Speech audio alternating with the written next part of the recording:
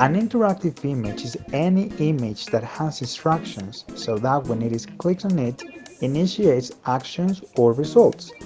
Among the actions most used by the interactive image is the activation of multimedia objects.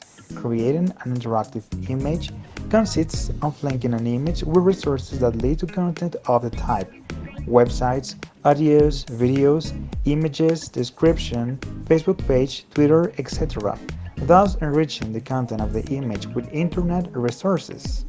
The first thing you must do is to access Genially and click on Create Genially, located on the left side menu.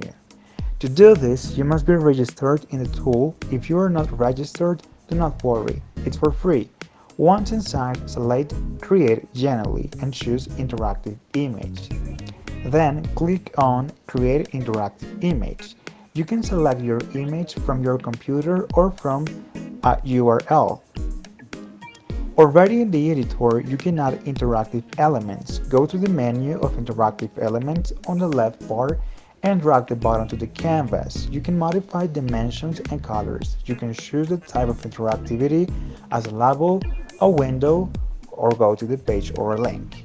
According to your needs, you can choose your style and add information of all kinds, from videos, other images, links to websites, social networks, or any other material you can think of.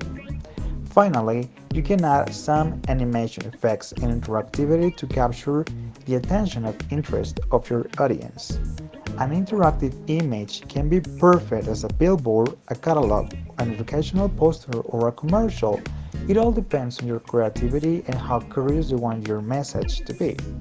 To share your creation, click on the Share button, located on the top of bar. The page allows you 4 options to share: by link, insert in blog or web, send by email, or share in social networks.